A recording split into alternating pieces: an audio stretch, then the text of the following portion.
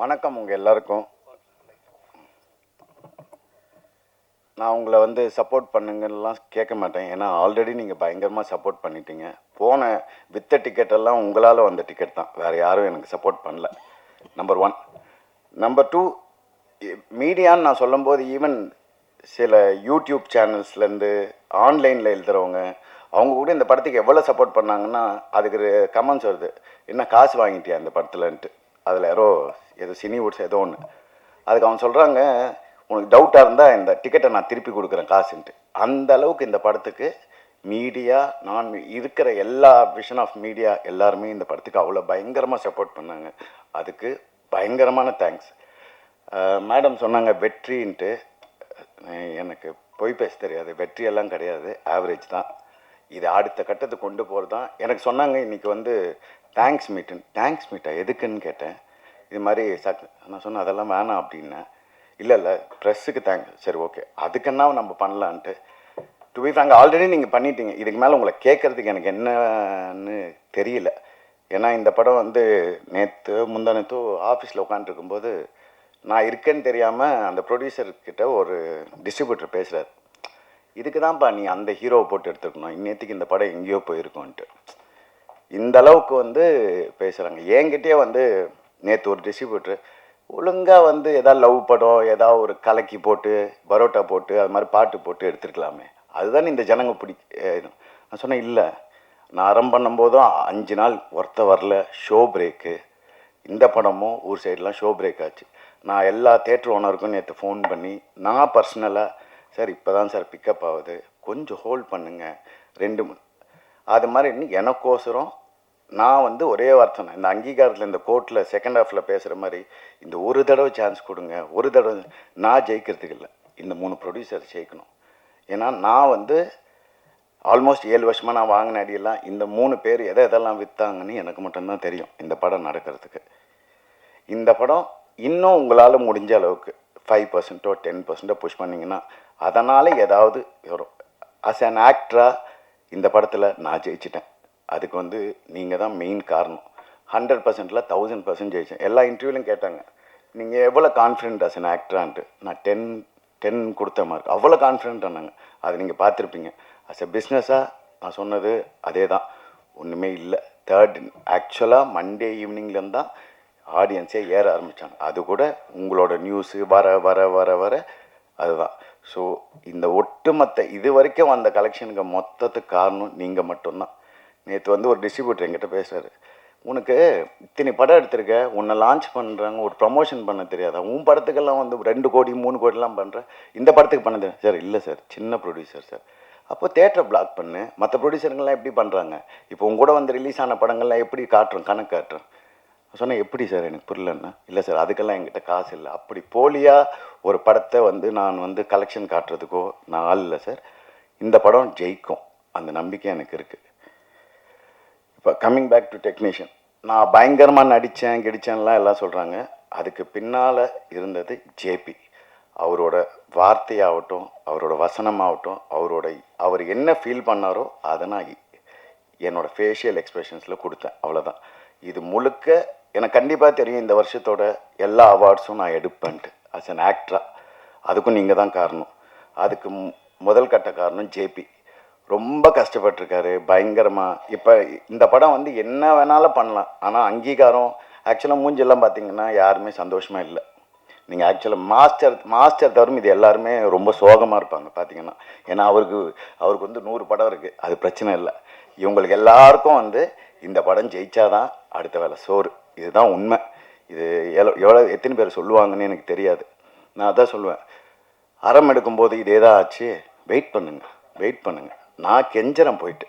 நேற்று வந்து எல்லா தேட்டர் ஓனருக்கும் ஃபோன் பண்ணி, சார் ஹோல்ட் பண்ணுங்க சார், சார் தூக்கி போடுங்க சார், அடுத்த படம் வேலையை பாருங்கள் சார், அவ்வளோதான். இந்த படத்தை வச்சு என்ன பண்ண போகிறீங்க, அதுதான் நல்ல பேர் வாங்கிட்டீங்கல்ல சார். காசு போட்டிருக்கானுங்க சார், 3 ஷோ சார், 2 ஷோ தரோம். ரொம்ப பேசும்போது என்ன ஆகுனா, அவங்க பேசும்போது நம்மளுக்கு டிமோட்டிவேட் ஆகுது. இவ்வளோ தூரம் இப்போ அங்கீகாரன்றது உடச்சிட்றாங்க. இங்கே இருக்கிற பிக்கஸ்ட் மாஃபியா எல்லாமே சேர்ந்து, நான் பேசக்கூடாது படத்துக்கு பற்றி பேசுகிறோம், நிறைய விஷயங்கள் இருக்குது. அதை மீறி இந்த படம் ஜெயிக்கணும். இந்த படம் வெளிவராமல் இருக்கிறதுக்கே அவ்வளோ பண்ணாங்க. பாவம் அந்த 3 ப்ரொடியூசர் கோர்ட்டு கேஸுன்னு தெரிஞ்சு. எதுக்குன்னா ஒரு நாள் நான் பால்கனில் உட்காந்துருந்தேன். நான் சொல்கிறது வந்து 2018. அப்போ வந்து யாரோ வாங்கின கடனுக்கு வந்து என் சோஃபாவில் ஒருத்தர் உட்காந்து, சரி ஒரே ஒரு கையெழுத்து போடுங்க, எனக்கு பேங்க்கில் லோன் வேணும், உங்களோட கேரண்டி கேட்டாங்கன்னு. அப்படியா, சரி என்னடா இவ்வளோ கேட்குறானேன்ட்டு சும்மா கேரண்டி போட்டேன். எதுக்கு? அவங்க லோன் வாங்குறதுக்கு. அந்த கையெழுத்தை வச்சு இந்த படத்தை நிறுத்தினாங்க. அப்படிப்பட்டவங்கெல்லாம் இந்த இண்டஸ்ட்ரியில் இருக்காங்க. இதுக்கு நடுவுலையும் நான் ஜெயிக்கணும். இது என்னோட செகண்ட் லைஃப். கண்டிப்பாக நான் ஜெயிப்பேன்.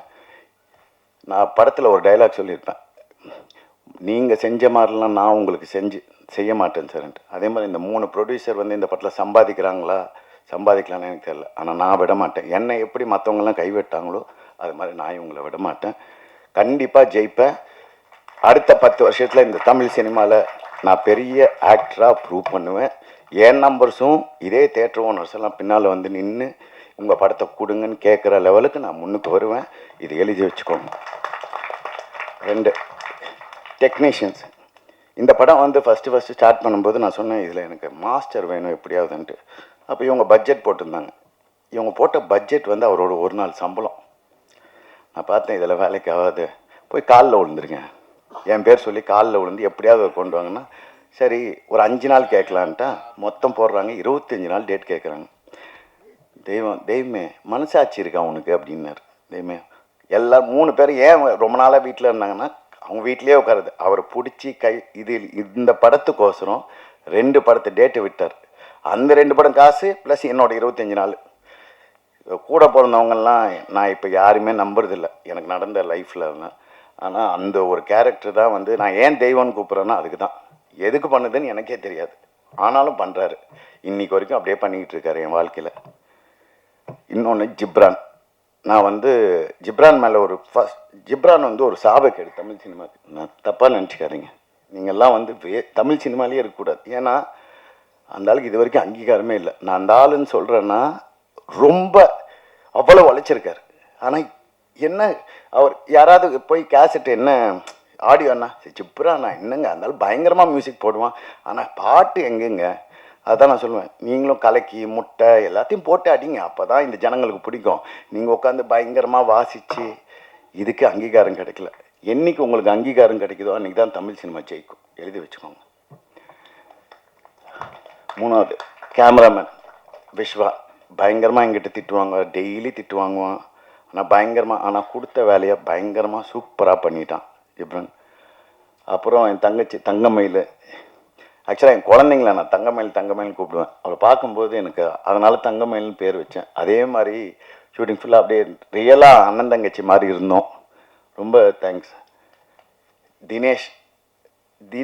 இந்த படத்துக்கு வந்து வேறு ஒரு எடிட்டர்ஸ் வந்தாங்க. அவங்க வந்து பயங்கரமாக எடுக்கும்போதெல்லாம் ஃபுல்லாக இருந்துட்டு ஃபுட்டேஜை பார்த்தோன்னே, சார் எனக்கு புரியலையேன்னாங்க. என்னங்க புரியல அப்படின்னு போட்டு ஒரு நாள் தினேஷை கூப்பிட்டு இதை நீ பண்ணுன்னு சொன்னான். அவன் ஒரு மேஜிக் பண்ணிட்டான். கண்டிப்பாக இந்த படத்துக்கு எனக்கு கிடைச்ச பெரிய கிஃப்ட்டு தினேஷ். எந்த அளவுக்கு மேஜிக் பண்ணிட்டான்னா பிரிச்சுட்டான் படத்தை. எனக்கு தெரிஞ்சு அவன் தமிழ் சினிமாவில் இன்னும் 3 வருஷத்தில் பெரிய எடிட்டர் ஆவான். அவன் டேட்டுக்கு எல்லாரும் அலைவீங்க, பார்த்துக்கோங்க. அப்புறம் என் கூட நடித்தவங்க எல்லாருமே, என் கூட நடித்த விஜய் மேடம்னு ஒருத்தர் நடித்தாங்க. அந்த மேடம் பார்க்கும்போதுலாம் என் பிரின்சிபல் ஞாபகம் வரும். பயங்கரமாக அவங்கள பார்த்தாவே வந்து ஒரு மாதிரி கோபம் வரும்.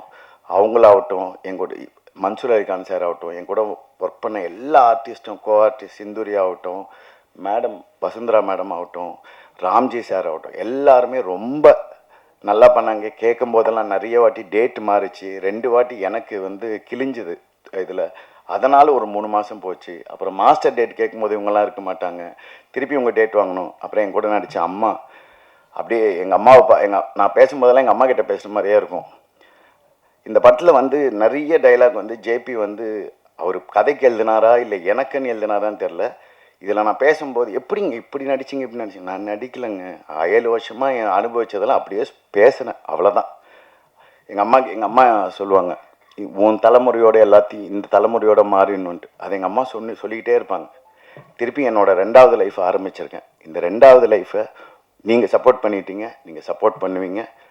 உங்கள் சப்போர்ட்டுக்கு எல்லாமே நன்றி. இதுக்கு மேலே எனக்கு பேச தெரியல. ரொம்ப தேங்க்ஸுங்க, ரொம்ப தேங்க்ஸ். எல்லாருக்கும் வணக்கம். தேங்க்யூ. எஸ்பெஷலி பத்திரிக்கை நண்பர்கள் மறுபடியும் எங்களுக்கு வந்து சப்போர்ட் பண்ணதுக்கு, இந்த மாதிரி நல்ல படங்களுக்கு சப்போர்ட் பண்ணதுக்கு ரொம்ப ரொம்ப நன்றி. அண்ட் இங்கே வந்ததுக்கு ரொம்ப நன்றி. இந்த படம் வந்து எல்லாரும் சொல்கிற மாதிரி ஒரு based on a true life event. So நம்ம எக்ஸ்பெக்ட் பண்ணுற மாதிரி அந்த எக்ஸ்ட்ரீம்லி ஹீரோயிக் மூமெண்ட்ஸ், அந்த ட்ராமடைசேஷன், அந்த எக்ஸ்ட்ரா சினிமா வந்து இதில் வந்து காட்டாமல் ஒரு ட்ரூ டு லைஃபாக வந்து பண்ணி ஒரு இம்பார்ட்டண்ட்டான சப்ஜெக்டை பற்றி படம் பண்ணதுக்கு அண்ட் அதில் என்ன இன்க்ளூட் பண்ணதுக்கு very big thanks to JP sir. நான் வந்து நிறைய இன்டர்வியூவில் சொல்லியிருக்கேன், அவரோட ஒர்க் பண்ணுறது வந்து ஜனாசரோட ஒர்க் பண்ணுற மாதிரி இருக்குன்னு. பிகாஸ் எனக்கு படம் முழுக்க அந்த ஒரு ஒரு இம்பல்சிவ் வைப், ஒரு வந்து ட்ரூ டு ஹார்ட் வைப்பில் ஒர்க் பண்ண மாதிரி தான் இருந்தது. So I am just very grateful இந்த படத்தில் ஒரு பாட்டாக இருந்ததுக்கு. ஐ திங்க் நிறையா பேர் பேச வேண்டியிருக்கு, ரொம்ப ஷார்ட்டாக வச்சுக்கிறேன். நான் வந்து கேஜிஆர் சார் பண்ணுறாருன்னு என் ஃப்ரெண்ட்ஸ் கிட்ட சொன்ன போது like is it the same KGR, water transformation. இவங்கெல்லாம் வந்து 5 வருஷம் ஜிம் போனவங்க. ஸோ அவங்களாம் வந்து கொஞ்சம் லைட்டாக நீங்கள் ரொம்ப ஃபீல் பண்ணியிருப்பாங்கன்னு நினைக்கிறேன். நீங்கள் பண்ண ஹார்ட் ஒர்க் பார்த்து, ரிசல்ட்டை பார்த்து. It was very impressive. And Peter Hein master, நான் வந்து நினச்சி பார்க்கல இவரோ இந்த மாதிரி ஒரு பர்சனோட எனக்கு ஒர்க் பண்ண சான்ஸ் கிடைக்கும்னு. அண்ட் ஐ திங்க் இவரோட ஒரு படம் பண்ண ஒரு 5 படம் பண்ண மாதிரி. Very very fantastic. எல்லாரையும் சொல்லணும், கிப்ரான் சார் சொல்லவே தேவையில்லை, ஹீ இஸ் ஃபேபியுலஸ். இந்த பிளேலிஸ்ட் தான் எனக்கு லூப்பில் ஓடிக்கிட்டு இருக்கு இப்போது. பட் நான் படத்தில் ஒரு டைலாக் சொல்லியிருப்பேன் கடைசியில், நீங்கள்லாம் பார்த்தப்போ எங்களுக்கு உங்களை விட்டால் யார் இருக்காங்கன்னு. அதே மாதிரி இந்த படத்துக்கு உங்களை விட்டால் யார் இருக்காங்க. நீங்கள் வந்து இது வரைக்கும் சூப்பராக சப்போர்ட் பண்ணியிருக்கீங்க எங்களுக்கு. அண்ட் எஸ்பெஷலி இந்த மாதிரி யங் ப்ரொடியூசர்ஸ் அருண், பிரசாந்த், அஜித், பேர் பிரசாந்த், அருண், பிரசாந்த், அஜித், இந்த மாதிரி யங் ப்ரொடியூசர்ஸ் வந்து ஒரு ரொம்ப சீரியஸான சப்ஜெக்ட் மக்களுக்கு போக வேண்டும்னு ஒரு ரொம்ப சினிமேட்டிக்காக கமர்ஷியலாக சும்மா like punch of songs, punch of item நம்ம இதெல்லாம் பண்ணாமல் ஒரு முக்கியமான சப்ஜெக்டை எடுத்து சொல்கிறதுக்கு அந்த படம் ஹிட் ஆகணும். அது ஹிட் ஆச்சுன்னா தான் மறுபடியும் நல்ல படங்கள் வரும். அண்ட் நீங்கள் எப்போவுமே நல்ல படங்களுக்கு சப்போர்ட் பண்ணியிருக்கீங்க. நான் பண்ண எல்லாத்துக்கும் நீங்கள் சப்போர்ட் பண்ணியிருக்கீங்க. அண்ட் ஐ ஹோப் தட் நீங்கள் இந்த படத்தை பார்த்து உங்கள் ஹார்ட்டை டச் பண்ணி இவங்களையும் ரொம்ப நல்லா சப்போர்ட் பண்ணீங்கன்னு நம்புகிறேன். Thank you very much. வந்திருக்க அனைவருக்கும் வணக்கம். அங்கீகாரம் எனக்கு கிடைச்ச முதல் அடையாளம். இங்கே பிரசாத் லேபுக்கு நான் அடிக்கடி வருவேன். ஃபஸ்ட்டு அங்கே உட்காந்தேன், இங்கே ஸ்டேஜுக்கு வந்திருக்கேன். இது வரைக்கும் பேசினது கிடையாது. இதுதான் என்னோட ஃபஸ்ட்டு ஸ்டேஜ் ஏறி இருக்குது. எனக்கு அதுவே ரொம்ப ரொம்ப ஹாப்பியாக இருக்குது. ஃபர்ஸ்ட் ஆஃப் ஆல் சப்னா மேம்க்கு நான் அந்த இடத்துல நன்றி சொல்லிக்கிறேன். அவங்க இல்லாமல் இந்த மூவிக்கு நான் வந்திருக்க முடியாது. அதுக்கப்புறம் வந்து ஏடி சிவானா தான் ஃபஸ்ட்டு என்னை செலக்ட் பண்ணது இந்த கேரக்டருக்கு. ஸோ அதுக்கப்புறம் ஸ்வஸ்திக் விஷன், யங் ப்ரொடியூசர்ஸ் 3 பேர், அருண் அண்ணா, பிரசாந்த் அண்ணா, அஜித். அஜித் அண்ணா 3 பேரும் இல்லாமல் எதுவுமே இல்லை. ஏன்னா நான் போகிற சில மூவிஸ்லாம் வந்து ப்ரொடியூசர்ஸை நான் பார்த்ததே கிடையாது. ஃப்ரம் த பிகினிங்ல இருந்து லாஸ்ட் இப்போ வரைக்கும் நான் அவங்களை எல்லா இடத்துலையும் பார்த்துக்கிட்டு இருக்கேன். பயங்கர ஹார்ட் ஒர்க் போட்டிருக்காங்க, எல்லாம் அவ்வளோ உழைச்சிருக்காங்க இந்த படத்துக்காக. அதுக்கப்புறம் வந்து ஜேபி சார், என் லைஃப்பில் வந்து நிறையா மூவிஸ் பண்ணியிருக்கேன். பட் எனக்கு அங்கீகாரம் கொடுத்த முதல் படம் அது ஜேபி சார்னால மட்டும்தான். நான் எப்பயுமே எல்லா இடத்துக்கும் போகும்போது ஃபர்ஸ்ட் நான் ஜேபி சாரை தான் சொல்லுவேன். ஏன்னா எனக்கு இதில் அவ்வளோ பெரிய ஹோப் கொடுத்துருக்காங்க. அதுக்கப்புறம் என்னோட அண்ணா கேஜிஆர் சார் எந்த ஒரு எப்படி சொல்கிறது, ஒரு கம்ஃபர்ட் ஜோன் கொடுத்தாரு எனக்கு நடிக்கிறதுக்கு. ஒரு ஆர்டிஸ்ட்னு நமக்கு கொஞ்சம் பயமாக இருக்கும், இவங்க கூட நடிக்கிறோம் எப்படி நம்மளை எடுத்துப்பாங்க அப்படின்னு. எல்லா கம்ஃபர்ட்டையும் கொடுத்தது வந்து அண்ணா. Thank you so much. என்னை எல்லாம் அவ்வளோ அழகாக தங்கமயில்னு கூப்பிட்டுருப்பாங்க. எல்லாருமே சொன்னாங்க ஒன்று ரொம்ப அழகாக தங்கமயில்னு கூப்பிட்டுருக்காங்க அப்படின்னு. அந்த பேரை கொடுத்ததுக்கு ரொம்ப ரொம்ப நன்றி சார். ஜிப்ரான் சார், அவங்க மியூசிக் ரொம்ப பிடிச்சிருந்துச்சு. எனக்கு என்ன ஒரு பெருமைனா, ஓகே இந்த மாதிரி ஆசான் கூடலாம் நம்ம ஒர்க் பண்ணியிருக்கோம் அப்படிங்கிறது ரொம்ப ரொம்ப பெருமையாக இருக்குது. டிஓபி சார் ரொம்ப எனர்ஜெட்டிக்காக இருக்கும், அந்த கம்ஃபர்ட் ஜோன் கொடுத்தாங்க. சில இடங்களில் வந்து டைரக்டர் சார் இல்லாத இடத்துல அவங்க இருக்கும்போது இன்னும் பண்ணுமா, இன்னும் நடி, இன்னும் அழுகு அப்படிலாம் சொல்லி எனக்கு நிறைய மோட்டிவேட் பண்ணாங்க. Thank you so much sir. அப்புறம் மாஸ்டர் பீட்டர்கின் மாஸ்டர் எவ்வளோ பெரிய லெஜெண்ட், அவங்க கூட ஒர்க் பண்ணுறதுல I'm really happy. And co artist இவங்க எல்லா கூட ஒர்க் பண்ணதில் ரொம்ப ஹாப்பி. எடிட்டர்னா ரொம்ப தேங்க்யூ, என்னை வந்து இவ்வளோ அழகாக எல்லாம் காமிச்சதுக்கு ரொம்ப ரொம்ப தேங்க்யூ ஸோ மச் எல்லாருக்கும். எல்லாருக்கும் வணக்கம். நான் ஷார்ட்டாக முடிச்சுக்கிறேன். பட் மெயின் விஷயம் என்னென்னா தேங்க்ஸ் உங்களுக்கு தான். பிகாஸ் நான் இங்கே அங்கீகாரம் டீம் சைட்லேருந்து நான் உங்களுக்கு தேங்க் பண்ணுறேன். பிகாஸ் இந்த ரிவ்யூஸ் வந்து இட் மென்ட் அ லாட். ஏன்னா கேஜிஆர் அவர் வந்து அவர் ப்ரொடியூசராக நான் ஒர்க் பண்ணியிருக்கேன். ஆரம் படம், அப்புறம் காப்பே ரணசிங்கம். அவர் நினச்சிருந்தா எந்த மாதிரி வேணால் ஒரு ஸ்கிரிப்ட் எடுத்திருக்கலாம். பட் ஆனால் கண்டினியூஸாக ஒரு சமுதாய பொறுப்புள்ள ஒரு ஒரு ப்ரொடியூசராக இருந்தார். அண்ட் ஈவன் ஆக்டராகவும் அந்த மாதிரி சூஸ் பண்ணுறாரு. அண்ட் ஈவன் நெக்ஸ்ட் ஃபில்மும் அவர் அந்த மாதிரி ஒரு சப்ஜெக்ட். அண்ட் அவர் அந்த அந்த மாதிரி படங்கள் எடுக்கிறதுக்கான காரணம் வந்து உங்களோட சப்போர்ட்டும், ஆடியன்ஸ் வந்து கண்டிப்பாக இந்த மாதிரி இதை கொண்டு போய் சேர்ப்பாங்க அப்படிங்கிறது. அண்ட் அதை ப்ரூவ் பண்ணதுக்கு ரொம்ப ரொம்ப தேங்க்ஸ். அண்ட் இன்னொன்று என்னோடய டைரக்டர் சார்பாக நான் சொல்லிக்கிறேன். பிகாஸ் நாங்கள் ஜேபி மோம். பட் அவர் வந்து ஏன்னா ஒரு கதை சொல்லணும் அப்படிங்கும் பொழுது அதுக்குள்ளே அந்த ஒவ்வொரு ஹியூமன் இமோஷன்ஸை வந்து கன்வே பண்ணுறது வந்து ரொம்ப ரொம்ப கஷ்டம். ஏன்னா நம்ம அந்த பீப்புளோட அவங்களோட உணர்வுகளுக்குள்ளே நம்ம போனால் தான் அது நம்ம உள்வாங்கிக்க முடியும். அதை வந்து இந்த படத்தில் எல்லா கேரக்டர்ஸ்க்குமே பண்ணியிருப்பார், இன்க்ளூடிங் அந்த லாயர் மேடம். அவங்க முதற்கொண்டு வந்து அவங்க பேசும்போது சம்டைம்ஸ் அவங்க இப்படி தானே இருப்பாங்க அப்படிங்கிற மாதிரி இருக்கும். அந்த மாதிரி ரைட்டிங் வந்து ரொம்ப ஸ்ட்ராங். அண்ட் அதையும் அக்செப்ட் பண்ணதுக்கும் தேங்க்ஸ். இவங்க 2 பேர் சார்பாக நான் நன்றி சொல்லிக்கிறேன்.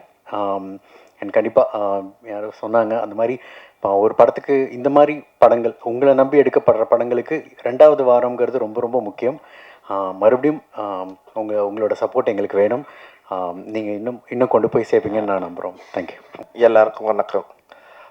Specially I would like to thanks all our press members. ஏன்னா எனக்கு ஜென்ரலி ஒரு புது படம் நான் பண்ணல கூட ஒரு புது படம் வரப்போகும்போது எனக்கு ஒரே ஒரு நம்பிக்கை, அந்த படம் எவ்வளோ நல்லா ஓடும், அது படம் கதை எப்படி இருக்கும் அப்படின்னு சொல்லிட்டு through the press and to the media சொல்லி நான் அதில் நிறைய இன்ஃபர்மேஷன் இருக்குது. ஸோ அங்கீகாரம் படம் வரப்போகும்போது I have confidence on the films. But என்னதுன்னா I got நல்ல ரிவ்யூவாக வந்திருக்கு. பட் அதே நேரத்தில் வந்து ஏன்னா சில பேர் வந்து உண்மை சொல்ல போனால் நான் யாருக்கும் I am not offending any one. But சில படம் வந்து அவ்வளோ பெரிய படம் இருந்தால் கூட சப்போஸ் அவங்க சரி ஓடலன்னு நினச்சிங்க, அவங்க ப்ரெஸ்லேருந்து மீடியாவில் இருக்குது உண்மை சொல்லுவாங்க. So that is the truthful on their side. So அப்படி இருக்க போகும்போது இந்த அங்கீகாரம் படம் பற்றி I've seen them has spoken a very positive about the film. என்னதுன்னா அது it's a new coming, it's a new hero. So அதை பற்றி வந்து நம்ம அவ்வளோ பேச because he will grow up for sure. So அப்படி இருக்க போகும்போது I had a very like சந்தோஷமான ஒரு விஷயம். தட் இஸ் ஒன் இஸ் அதுவே ஒரு வின்னிங் பாயிண்ட் இருந்தது எனக்கு ரொம்ப பிடிச்ச விஷயம். நான் கம்மிங் பேக் டு அங்கீகாரம் like it was all surprise, எல்லாமே சர்ப்ரைஸாக இருக்குது. இப்போ நான் பேசுகிறது வந்து சப்போஸ் ஒரு படம் ரிலீஸ் பண்ணலை, அதுக்கப்புறம் நான் எது வேணும் பேசலாம், எப்படி வேணும் பேசலாம், that is not the point at this moment. ஏன்னா படம் ரிலீஸ் ஆயிடுச்சு, நீங்கள் என்ன நிறைய பேர் பார்த்துருக்கீங்க. So I'm just witnessing what it is today and the reasons why எதனால நம்ம வந்து இந்த படம் பற்றி பேசுகிறோன்னா பிகாஸ் தேர் ஆர் நிறைய பேர் இந்த படம் பற்றி ஒன்றும் தெரில. ஏன்னா because it's a new Qamar.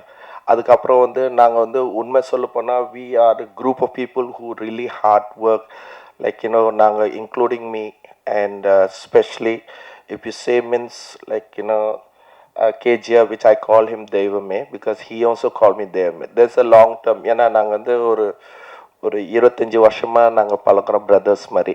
So அதனால தான் அது பழகிட்டோம் லைக் பிரதர்ஸ்.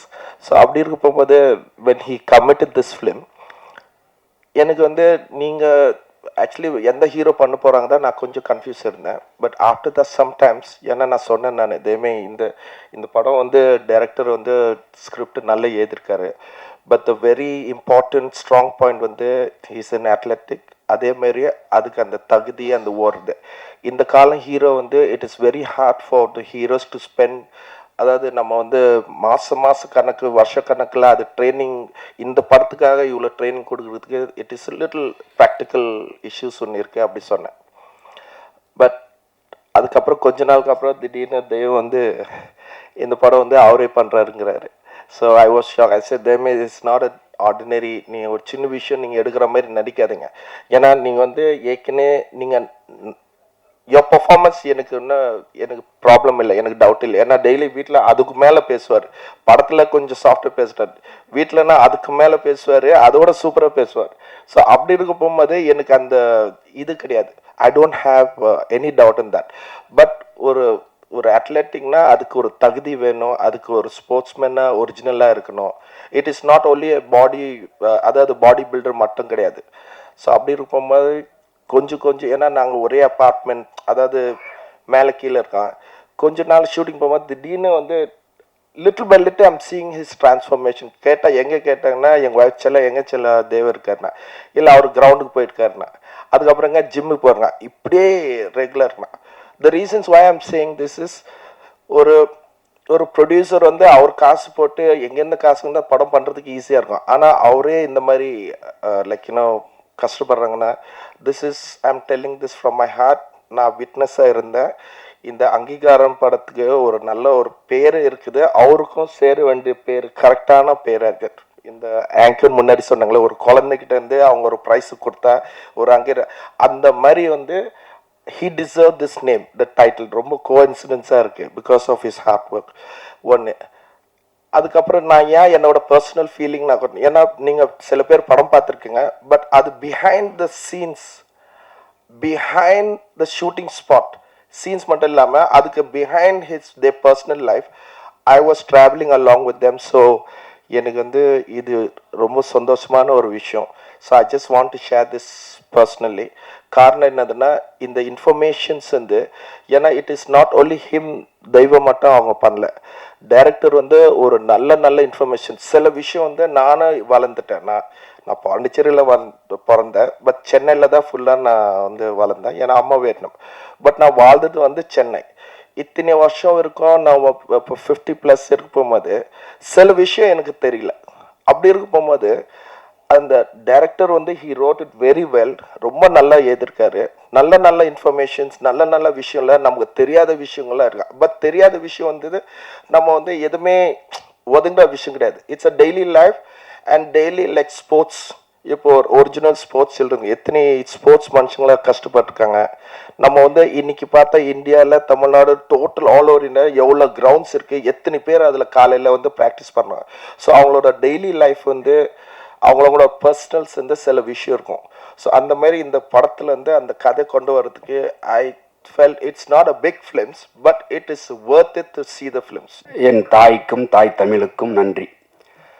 வந்திருக்கிற அனைத்து பத்திரிகையாளர்களுக்கும் ரொம்ப பொறுப்போட நான் ரொம்ப மகிழ்ச்சியோடைய நன்றி சொல்லிக்கிறேன். இந்த படம் ஆரம்பித்த கதைக்கு முன்னாடி உங்களோட பங்களிப்பை பற்றி பேசி முடிச்சிடுறேன். இந்த படம் என்னவா ரிசீவ் ஆகுங்கிறதுல நிறைய டவுட் இருந்துச்சு எனக்கு. ஏன்னா நல்ல கதை பண்ணணுங்கிறதுல தெளிவாக இருந்து பண்ணி முடிச்சிட்டோம். ஆனால் இது மக்கள்கிட்ட கொண்டு போய் சேர்க்குறதுல என்னவா நடக்கும்னு கொஞ்சம் குழப்பம் இருந்துச்சு எனக்கு பர்சனலாக. எனக்கு, மற்றவங்களுக்கு இல்லை, எனக்கு இருந்துச்சு. அதை நான் எதிர்பார்த்ததை விட ரொம்ப சூப்பராகவே சேர்த்துருக்குறீங்க.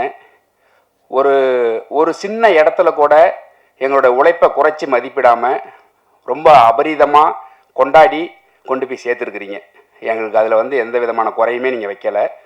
வழக்கமாக நல்ல படங்களை அரவணைச்சு கொண்டு போவீங்க, அது இந்த படத்துக்கும் பண்ணியிருக்கிறீங்க. எங்களோட படத்தினுடைய இந்த ப்ரெஸ் மீட்டை இன்றைக்கி ஏன் பண்ணணும்னு ஆசைப்பட்டோம்னா, இந்த படத்தை இன்னும் கொஞ்சம் கொண்டு சேர்ப்பீங்கன்னு நாங்கள் நம்புகிறோம். ஏன்னா அடுத்த வாரத்தை டார்கெட் பண்ணி தான் நாங்கள் இன்னும் நிற்கிறோம். 2வது வாரம் இந்த படம் நிற்கிறதுங்கிறதே வந்து உங்களோட சப்போர்ட்னால தான். நீங்கள் இந்த படத்தை இன்னும் கொஞ்சம் கொண்டு போய் சேர்க்குறதுக்கு உதவுவீங்கன்னு நாங்கள் ரொம்ப பெருசாக நம்புகிறேன். அதே மாதிரி இந்த கதை உருவாகிறதுக்கு காரணம் வந்து ஒரு கோபம்னு சொல்லலாம், இல்லை ஒரு ஆதங்கம்னு சொல்லலாம். இவ்வளவு பெரிய இந்திய நாட்டில் விளையாட்டு மட்டும் ஏன் தனித்து விடப்பட்டிருக்கு, அது ஏன் யாராலும் கண்டுக்கப்படாமே இருக்குங்கிற கோபம் தான் இது. இது ஆக்சுவலாக உங்களுக்குமே இருக்கும் தான். நீங்கள் வந்து சில இடங்களில் கட்டுப்படுத்தப்படுவீங்க, அது இல்லைன்னா நீங்களும் இதை பேசியிருப்பீங்க தான். அப்படி உருவானது தான் இந்த கதை. இந்த கதை உருவானதுக்கு இந்த கதை நான் ஃபஸ்ட்டு பிச் பண்ணது கேஜிஆர் ஸ்டுடியோஸ் தான் பிச் பண்ணியிருந்தேன். அப்போ ஒரு பெரிய ஹீரோவுக்கு பண்ணியிருந்தேன். அப்புறம் சில காரணங்களால் அதை தள்ளி போயிட்டே இருந்ததுனால அப்புறம் நான் வெளியில் போயிட்டேன், கம்பெனிலேருந்து வெளில போயிட்டேன். அப்புறம் நான் வேறு கதை ஒர்க் பண்ணிகிட்டு இருக்கும்போது திருப்பி இந்த கதையை பண்ணலான்னு தோணும்போது இந்த கதைக்குள்ள ரிசர்ச் ஆரம்பித்தேன். ஆக்சுவலாக ஸ்கிரிப்ட் முடிச்சுட்டு தான் ரிசர்ச்சே நான் ஆரம்பித்தேன். அப்படி போகும்போது இந்த கதையில் நான் பார்த்த மனிதர்கள், நான் கேட்ட விஷயங்கள் எல்லாம் வந்து என்னை ரொம்ப கொடூரமாக அச்சுறுத்த ஆரம்பிச்சிருச்சு. எனக்கு பயம் வந்துருச்சு. ஏன்னா நான் ஒரு புது டைரக்டர். நான் வந்து ஒரு படம் பண்ணி லைஃப் செட்டில் ஆகணும், அதன் வழியாக ஒரு ஆர்ட் வழியாக ஒரு டிஸ்கஷனை நடத்தணும், இப்படியான ஒரு நார்மலான ஆசை உள்ள மனுஷன் தான் நான். ஸோ இந்த படத்தை தொட்டோம்னா என்ன ஆகுங்கிற பயம் வந்துருச்சு. அப்போ இந்த படத்தை கைவிடலான்னு யோசிக்கும் போது விட்டுட்டு வேற ஒரு கதை எழுதிக்கிட்டு இருந்தேன். அப்புறம் திரும்ப யோசிக்கும் போது தான் தெரிஞ்சிச்சு இந்த கதையை நம்ம பண்ணலாம், யாருமே பண்ணக்கூடாதுன்னு. குற்ற உணர்ச்சி ரொம்ப டிஸ்டர்ப் பண்ண ஆரம்பிச்சிருச்சு. அப்புறம் திரும்ப எடுத்து ஆரம்பித்தேன். அதற்கு அப்புறம் இந்த கதைக்குள்ளே நிறைய ஹீரோக்கள் வந்தாங்க. காலமும் சூழலும் அது நிகழவே இல்லை. அதுக்கப்புறம் தான் என்னோட ஹீரோ கேஜிஆர் இது உள்ளே வந்தார். அவர் ஹீரோவாக உள்ளே வந்ததுக்கப்புறம் இந்த கதையை வந்து இன்னும் எப்படியெல்லாம் மாற்றலாம், அவர் வந்து எங்கேயுமே வந்து எனக்கு இது வேணும் அது வேணும்னு அவர் இது வரைக்கும் என்கிட்ட கேட்டதே இல்லை. இந்த கதைக்கு முழு சுதந்திரம் எனக்கு இருந்துச்சு. தயாரிப்பாளர்கள் 3 பேரும் சரி, ஹீரோவாகவும் சரி. ஏன்னா நான் ஹீரோவாக எதுக்கு இதை சொல்கிறேன் அப்படின்னா, புதுசாக வர ஹீரோவுக்கு சில பயம் இருக்கும், இப்படிலாம் இருக்கலாம் இப்படிலாம் இருக்கலாம்னு. அவர் ஒரு 12-13 படம் பண்ணியிருக்கிறாரு. அப்படி இருக்கிறப்ப அவர்கிட்டேருந்து எனக்கு எந்த விதமான இடையூறும் இல்லை கதைக்கு. நான் கதையை ரொம்ப ஃப்ரீடமாக தான் பண்ணேன். அதே போல் இந்த கதையை வந்து இதுக்கப்புறம் இப்போ டேக்கப் பண்ணணும்னு சொல்லும்போது திருப்பி ஒரு 3-4 ஹீரோ போனோம். அதுக்கப்புறம் வந்து இவர் உள்ளே வந்ததுக்கப்புறம் நான் ஃபஸ்ட்டு போய் கதை சொன்னது பீட்டர் மாஸ்டர்கிட்ட. அவர் வந்து ஒரு காப்பி குடிச்சுக்கிறேன்னு சொல்லிட்டு கதையை ஆரம்பித்தவர் காப்பி குடிக்கவே இல்லை. கதை கேட்டு முடிச்சுட்டு நல்லா இருக்குன்னாரு. அப்போ வந்து மார்க் ஆண்டனி படம் ரிலீஸ் ஆகிருந்துச்சு. நல்லா இருக்குது, கதை நல்லா இருக்குது. அவர் ஒரு படம் டைரக்ட் பண்ணியிருக்காரு வியட்நாமில். அது மாதிரி எனக்கு ரொம்ப நெருக்கமாக இருக்குது அப்படின்னு சொல்லிட்டு ஹீரோ யாருன்னு கேட்டார். ஹீரோ சொன்னேன். வாய்ப்புக்காண்டி வேலை போயிட்டேன்னு சொல்லிட்டு எனக்கு ஆரி துப்புனார். அப்போ தான் நான் வந்து மாஸ்டர்கிட்ட சொன்னேன், இல்லை மாஸ்டர் நான் ஒன்று பண்ணி காட்டுறேன் மாஸ்டர், இல்லை நான் இண்டஸ்ட்ரியை விட்டு போயிடுறேன்னு சொல்லிட்டு வந்தேன். இல்லை அவ்வளோ பெரிய வார்த்தையெல்லாம் நீங்கள் சொல்லாதீங்க அப்படின்னாரு. அதுக்கப்புறம் பூஜையில் தான் மாஸ்டரை கூப்பிட்டு கேட்டேன், மாஸ்டர் இப்போ ஓகேவான்னு கேட்டு. மாஸ்டர் அப்போ தான் உள்ளே வந்தார். ஆனால் மாஸ்டர் அதுக்கு முன்னாடி கதை கேட்டுட்டு இதில் எனக்கு என்ன வேலை அப்படின்னு கேட்டார். எந்த சண்டையுமே இல்லையே அப்படின்னாரு. இல்லை மாஸ்டர் எனக்கு ஸ்போர்ட்ஸ் பண்ணி கொடுக்கணும்னு நான் ஆசைப்பட்றேன் அப்படின்னு சொல்லி அப்படி தான் மாஸ்டர் உள்ளே வந்தார். மாஸ்டர் உள்ளே வந்ததுக்கப்புறம் இந்த கதையுடைய ஸ்போர்ட்ஸ் எல்லாமே பெருசாக மாறுனுச்சு, எல்லாம் நடந்துச்சு. ஆனால் இந்த கதை ஆரம்பித்து இந்த கதையை தயாரிப்பு நிறுவனங்கள்லாம் தயாரிப்பு நிறுவனம் ஸ்வஸ்திக்கு ஆரம்பித்து போயிட்டு இருக்கும்போது நான் வந்து ஃபஸ்ட்டு கோர்ட்டு போகணுன்னு நான் சொன்னேன். கோர்ட்டு போகும்போது கோர்ட்டுக்கு வந்து குறைந்தபட்சம் 1 கோடி ரூபா செட்டு. நான் ஒரிஜினல் கோர்ட்டு மெட்ராஸ் யூனிவர்சிட்டி தான் பிளான் பண்ணியிருந்தோம். கடைசியில் ஜிஓ பாஸ் பண்ணி அது இல்லைன்னு சொல்லிட்டாங்க. கோயம்புத்தூரில் கருப்பு படம் பண்ண செட்டு தான் போயிருந்தோம். அந்த பட்ஜெட் எங்களுக்கு தாங்கலை. அது ஒரு நாளைக்கு 3 லட்சம் ரூபா. அப்புறம் சரி வேறு வழி இல்லைன்னு சொல்லிட்டு செட்டு போகலாமா படத்தை கைவிடலாமாங்கிற நிலைமையெல்லாம் இருந்துச்சு. ஏன்னா இதுக்குள்ளே வந்த இன்வெஸ்டர்ஸ் திடீர்னு பேக் வாங்கி போயிட்டாங்க. அதுக்கப்புறம் பிரசாந்த், அருண், அஜித் இவங்க தான் வந்து முழுசாக இந்த கதைக்குள்ளே நின்று பண்ணிடலாம் அப்படின்னு சொல்லிட்டு வந்தபோது நான் முதல்ல கேட்டது கோர்ட். அது எனக்கு கேட்டது 75 லட்சம் ரூபா. ஒரு புது டைரக்டரை நம்பி முதல்ல 75 லட்சம் ரூபா செட்டு போட்டு கோர்ட் போர்ஷன் போகலாமாங்கிறது வந்து எனக்கு எதுவும் என் காதுக்கு வரல. நான் கோர்ட்டு தான் வேணும்னு சொல்லி கோர்ட் ஷூட்டெல்லாம் முடிச்சுட்டு ஏரியாவில் ஷூட் பண்ணிகிட்டு இருக்கும்போது எனக்கு வந்து ஹீரோ ஃபோன் பண்ணார். நீங்கள் கோர்ட்டு கேட்டப்போ வந்து நான் உள்பட நிறைய பேருக்கு உங்கள் மேலே கோபம் இருந்துச்சு. என்ன ஒரு புது டைரக்டர் வந்து எடுத்தோடனே கோர்ட் வேணும்னு கேட்குறாரு, அது 75 லட்ச ரூபா கேட்குறாரு, இது எப்படி சாத்தியம் அப்படின்னு நிறைய கோபம் இருந்துச்சு, நிறைய பேருக்கு இருந்துச்சு அப்படின்னாரு. அது அப்போ சொன்னார், ஆனால் நீங்கள் விடாப்பிடியாக இருந்து அந்த கோர்ட் வாங்கி நீங்கள் ஒன்று பண்ணிவிட்டு இப்போ ஒன்று பண்ணுறது வந்து நீங்கள் என்ன நினச்சி பண்ணீங்களோ அது ஒர்க் அவுட் ஆகிருக்கு அப்படின்னாரு.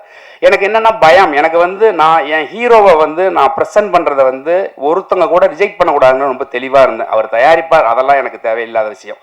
என்னோட ஹீரோ என் கதைக்குள்ளே இருக்கிற கதையினுடைய மாந்தன் நான் கொண்டாந்து மக்கள் முன்னாடி வைக்கும்போது அந்த ஹீரோவை யாருமே ரிஜெக்ட் பண்ணக்கூடாதுன்னு ரொம்ப தெளிவாக இருந்தேன். அப்படி இருக்கிறப்ப கேஜேஆருக்கு வந்து இது முதல் படம், அவருக்கு நடிப்பு எந்த அளவுக்கு இருக்குங்கிறதுல எனக்கு ஒரு சின்ன டவுட் இருக்கிறதுனால கதைப்படி 2வது பாகத்தில் வர கோர்ட்டை நான் முதல்ல ஷூட் பண்ணேன். சில நடுக்கம் தயக்கம் எல்லாத்தையும் நான் கோர்ட்டில் யூஸ் பண்ணேன். ஏன்னா கதைப்படி அவன் கோர்ட்டுக்கு போகும்போது பயப்படணும், நடுங்கணும். ஆனால் அதை ஷூட் பண்ணி அவரை எக்ஸ்பீரியன்ஸை மாற்றி ஃபர்ஸ்ட் ஹாஃபை செகண்டாகவும் செகண்ட் ஹாஃபை ஃபர்ஸ்டாகவும் நான் ஷூட் பண்ணேன். அதனுடைய அவுட்புட்டை இன்றைக்கி அவர் அனுபவிக்கிறார். இங்கே வந்திருக்கிற மீடியா பீப்புள் எல்லாருக்கும் ஃபஸ்ட்டு வணக்கம். ஏன்னா இந்த படத்தை முக்கால்வாசி கொண்டு போய் சேர்த்ததுக்கு உங்கள் பங்கு தான் இதில் ரொம்ப இருக்குது. இங்கே வந்திருக்கிறதுல ஃபஸ்ட்டு நான் ரொம்ப தேங்க்ஸ் சொல்லணும்னா ஃபஸ்ட்டு ஜேபி அண்ணன். ஏன்னா அவர் வந்து ஃபஸ்ட்டு வந்து இது கதையாக சொல்லி நிறையா இன்வெஸ்டர்ஸ் வந்து வெளியில் போய் அதுக்கப்புறம் நாங்கள் பண்ணதுக்கான மெயின் ரீசன் வந்து அவரோட எழுத்து மட்டும்தான். ஏன்னா அவரோட எழுத்து வரிகள் வந்து அந்தளவுக்கு எல்லாரையும் இம்பேக்ட் பண்ணுச்சு. ஸோ நாங்கள் நிறையா ரிசர்ச் பண்ணி நிறையா ட்ராவல் எல்லா ஊருக்கும் வெளியில் போகும்போது ஒவ்வொரு ஸ்போர்ட்ஸ் பிளேயர்ஸும் எவ்வளோ கஷ்டப்பட்டிருக்காங்கன்றதை நாங்கள் கண்கூட பார்த்தோம். ஒவ்வொரு ஊர்லேயும் போய் நாங்கள் பார்த்தது. நிறையா ஷூட்டிங் ஸ்பாட்டில் நிறையா எங்களுக்கும் டேரக்டருக்கும் நிறையா மனஸ்தாபங்கள் நடந்தாலும் ஒரு ஒரு நல்ல படத்தை கொண்டு வந்து எங்ககிட்ட கொடுத்துட்டாருன்றதுக்கு நான் ஃபஸ்ட்டு ரொம்ப தேங்க்ஸ் சொல்லிக்கிறேன். ரெண்டாவது கேஜிஆர் எங்கள் அண்ணன், எங்கள் 3 பேருக்கும் அவர் தான் அண்ணன். நாங்கள் ஒரு மேனேஜராக ஆரம்பித்து எங்கள் லைஃப்பை நாங்கள் சினிமாக்குள்ளே ஸ்டார்ட் பண்ணும்போது எங்களுக்கு இப்படி ஒரு பாதையை ஏற்படுத்தி கொடுத்தது வந்து அண்ணன் மட்டும்தான்.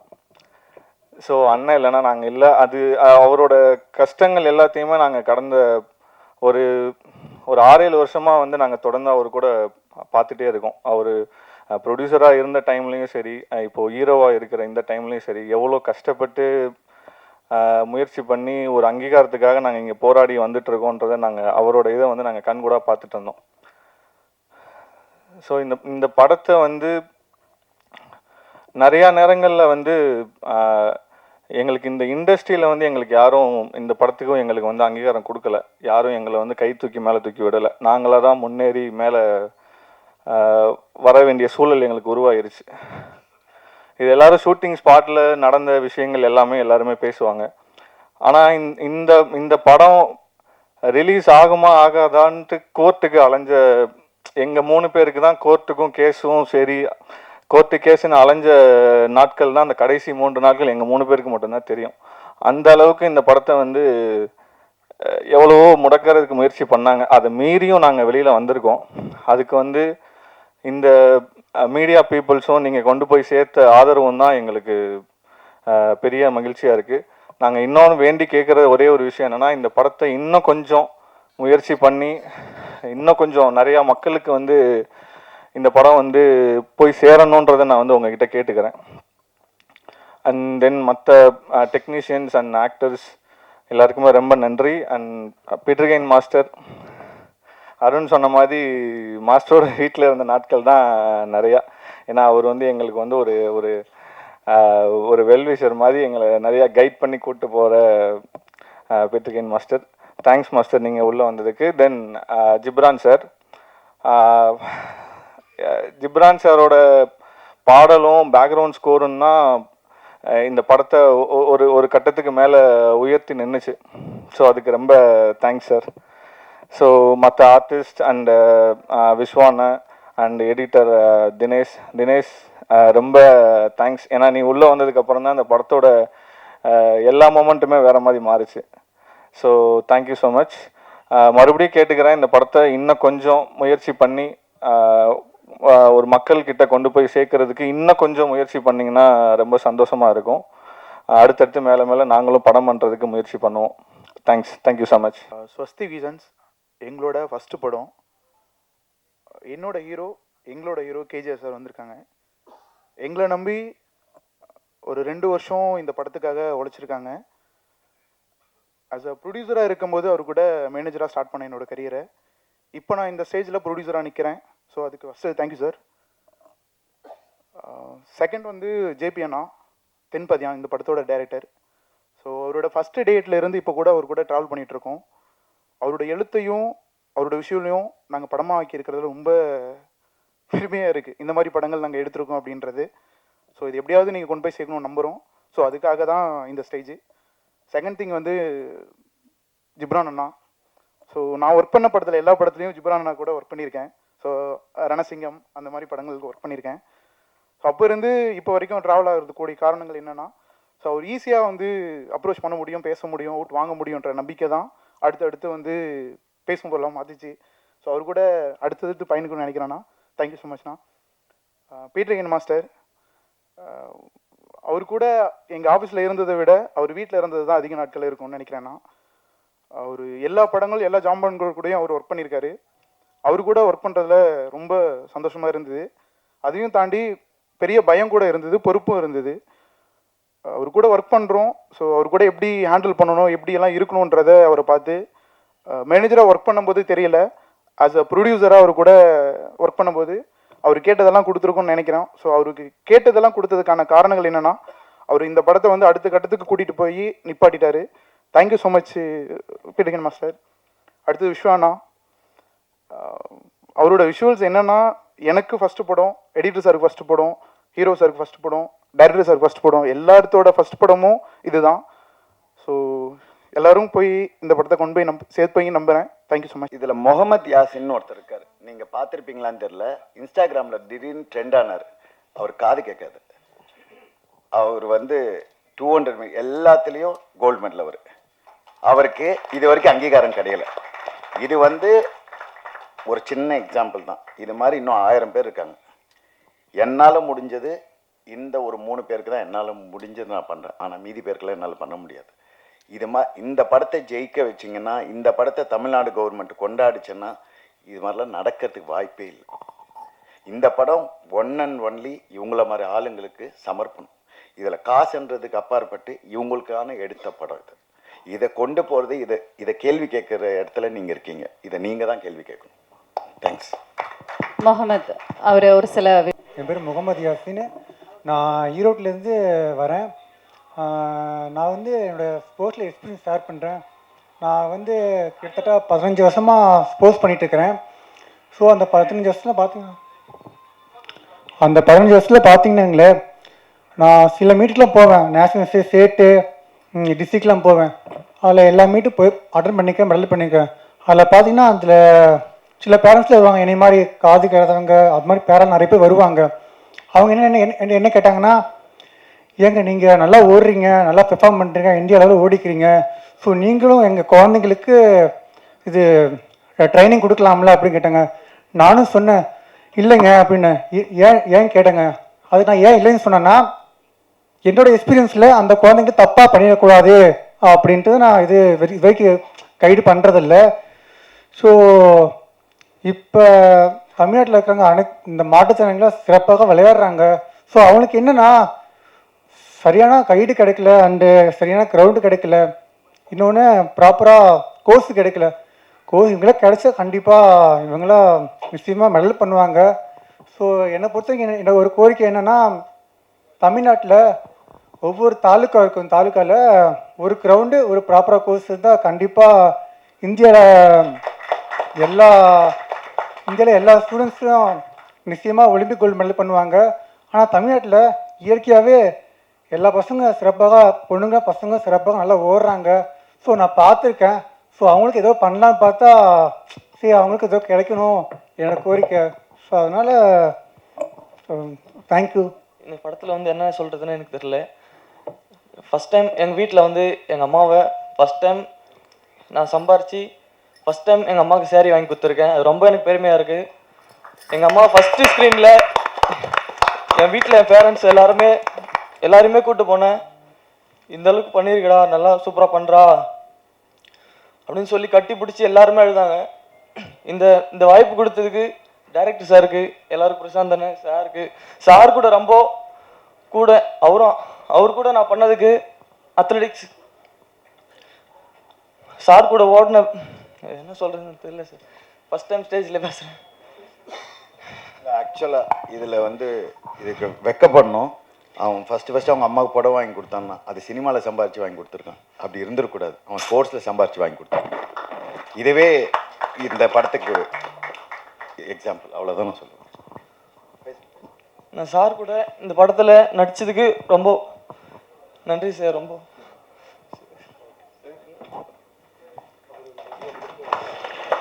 வாய்ப்பு கொடுத்ததுக்கு ரொம்ப நன்றி சார். வணக்கம், என் பேர் வந்து மோகன்லக்ஷ்மி. நாங்கள் சென்னை தான்.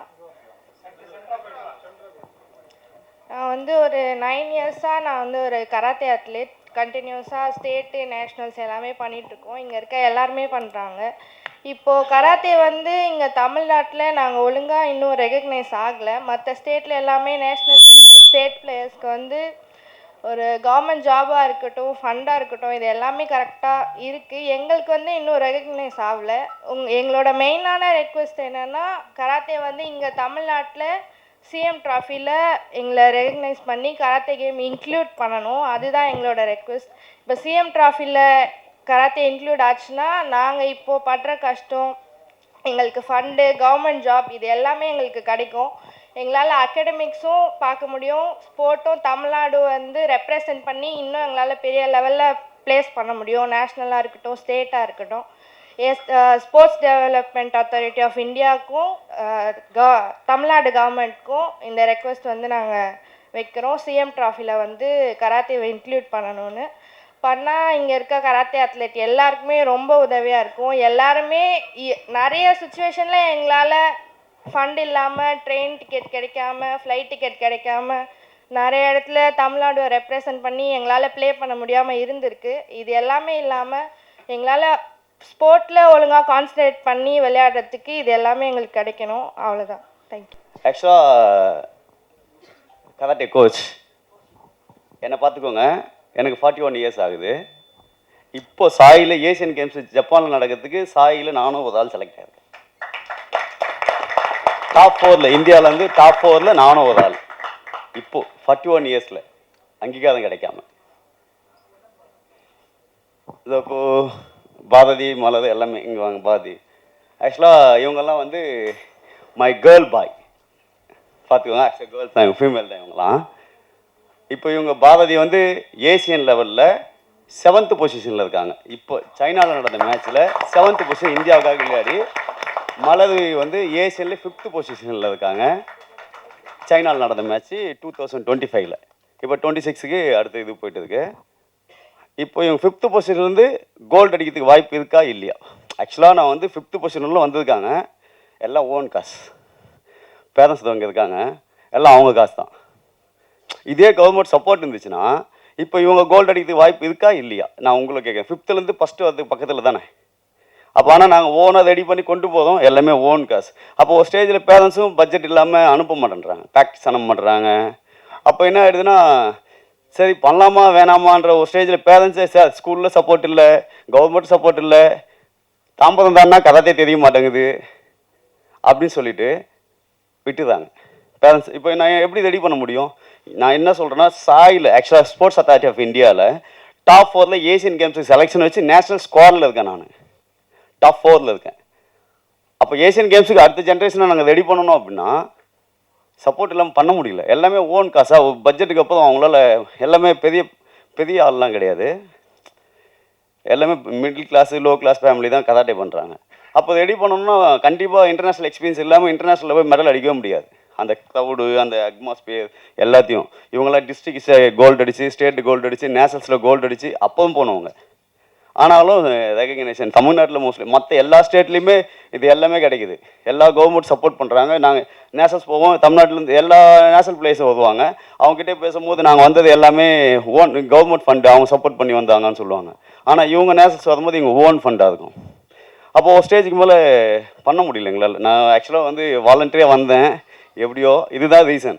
கொஞ்சம் தமிழ்நாடு கவர்மெண்ட் வந்து ஏசியன் கேம்ஸில் இருக்குது, கராட்டே வந்து ஏசியன் கேம்ஸில் இருக்குது, நேஷ்னல் கேம்ஸ், நேஷ்னல் யூனிவர்சிட்டி கேம்ஸில் இருக்குது, ஸ்கூல் கேம்ஸில் இருக்குது, எல்லாத்துலேயும் இருக்குது. ஆனால் வந்து தமிழ்நாட்டில் வந்து சிஎம் ட்ராஃபியில் கூட எங்களுக்கு கிடையாது. அப்போ நாங்கள் பேரண்ட்ஸ் கிட்ட என்ன பேசுறது? இது ஆக்சுவலாக சார் திடீர்னு ஒரு பேட்டி திடீர்னு கூப்பிட்டாங்களா, கைக்கெல்லாம் வருது எனக்கு ஃபஸ்ட் டைம் பேசிச்சு. ஆனால் சொல்லணும்னு தோணுது. ஆனால் கொஞ்சம் கவர்மெண்ட் சப்போர்ட் பண்ணால் கொஞ்சம் நல்லாயிருக்கும்னு நாங்கள் நினைக்கிறோம். அடுத்து கராட்டே வந்து இன்டர்நேஷ்னல் கேம், ஒலிம்பிக் கேம்ஸ். இப்போ நீங்கள் சொன்னீங்களே ஒலிம்பிக்கில் மெடல் அடிக்கணும் அதெல்லாம், அப்போ நாங்கள் எப்படி அடிக்க முடியும்? ஓன் காசில் போய் அடிக்க முடியும்? நாங்கள் எவ்வளோ இன்டர்நேஷ்னல் எக்ஸ்பீரியன்ஸ் பண்ணது. இப்போ இவங்க வந்து 4 டைம் இந்தியாவுக்காக விளையாடிருக்காங்க. சவுத் ஏஷியனில் கோல்டு வின் பண்ணியிருக்காங்க. பூட்டானில் ஏசியனில் பிலிப்பைன்ஸில் டாப் 7, 8 அந்த பொசிஷனில் வந்தாங்க. இப்போ லாஸ்ட் இயர் நேஷனல்ஸ் மறுபடியும் ஸ்ரீலங்காவில் கோல்டு அடித்தாங்க. சவுத் ஏஷியனில் போய் 7th பொசிஷன் வந்தாங்க. இப்போ ஃபஸ்ட் டைமாக நேஷனல் செலக்ட் ஆனாங்க. லாஸ்ட் இயர் சவுத் ஏஷியனில் கோல்டு அடித்தாங்க ஸ்ரீலங்காவில். அப்போ சைனாவில் நடந்த மேட்ச்சில் ஏசியனில் 5th position, just medal miss ஆயிடுச்சு எங்களுக்கு. மெடல் ஃபஸ்ட்டு இருந்தால் தமிழ்நாட்டில் ஃபஸ்ட்டு மெடல் நாங்களாக இருந்திருப்போம் ஏசியன் இன்டர்நேஷ்னலில். ஆனால் மிஸ் ஆகிடுச்சு. அடுத்த டைம் அனுப்புங்க அப்படின்னா பேரண்ட்ஸ் எல்லாம் கடவுளை வேண்டிக்கிறாங்க. இந்த நேஷனல் செலெக்ஷனுக்கு கடவுளை வேண்டிக்கிறாங்க, என் பொண்ணு செலக்ட் ஆகிடக்கூடாது அப்படின்ட்டு. உண்மையாக சொல்கிறேன், கடவுளை வேண்டிக்கிறாங்க. அவங்க இப்போ நேஷனல்ஸில் பிரான்ஸ் மெடல் கடவுளை வேண்டிக்கிறாங்க. ஏன்னா ஐயோ மறுபடியும் எங்களுக்கு பட்ஜெட் இல்லை, செலக்ட் ஆகிட்டா கண்டிப்பாக அனுப்பணும் அப்படின்னு நான் சொல்கிறேன் பேரண்ட்ஸ் கிட்ட. கொஞ்சம் அப்போ காசு இல்லை. எல்லாம் கவர்மெண்ட் ஸ்கூல். என்ன ஸ்கூலில் படிக்கிறீங்க? Chennai girls higher secondary school Saidapet. இப்போ முடிச்சிட்டாங்க. இப்போ வந்து என்ன பண்ணுறாங்கன்னா லா படிக்கிறாங்க. டாக்டர் அம்பேத்கர் லா யூனிவர்சிட்டி. பாருங்க ஹீரோ சாருக்கும் அந்த இந்த படத்துக்கும் ஸ்போர்ட்ஸ் பர்சனுக்கும் பாரதிக்கெலாம் அப்படியே ஷூட் ஆகுது. நான் இன்னும் மூவி பார்க்கல. நாங்கள் நேற்று தான் போபால் போயிட்டு வந்தோம், சாக்கோட்டில் வந்தோம். இன்றைக்கி கண்டிப்பாக மூவி பார்த்துருவோம். ஆனால் வந்து கொஞ்சம் எல்லாமே சேர்ந்து கராத்தேக்கும் சப்போர்ட் பண்ணுங்க. நாங்களும் இருக்கோம், எங்களுக்கும் அந்த கிரிக்கெட்டை தவிர நம்ம இதுவில் ஸ்போர்ட்ஸே டெவலப் ஆக மாட்டோம். எங்கள் ஃபீல் இப்போ சான்ஸ் கிடச்சிச்சு, நான் பேசிடுறேன். ஸோ இது எப்படி இருக்குன்னு தெரியாது எனக்கு. ஆனால் சிஎம் ட்ராஃபி இதெல்லாம் கிடச்சிச்சின்னா கொஞ்சம் எங்களாலையும் இன்டர்நேஷ்னல் லெவலில் பசங்களை ரெடி பண்ண முடியும், அச்சீவ் பண்ண முடியும். Thank you for the supporting.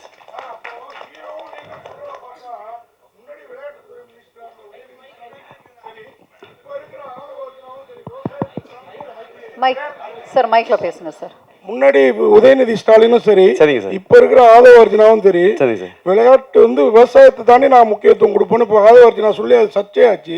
இப்போ இது எல்லாமே ஸ்டண்ட் தானா சார்? எல்லாமே பண்றாங்க சார்.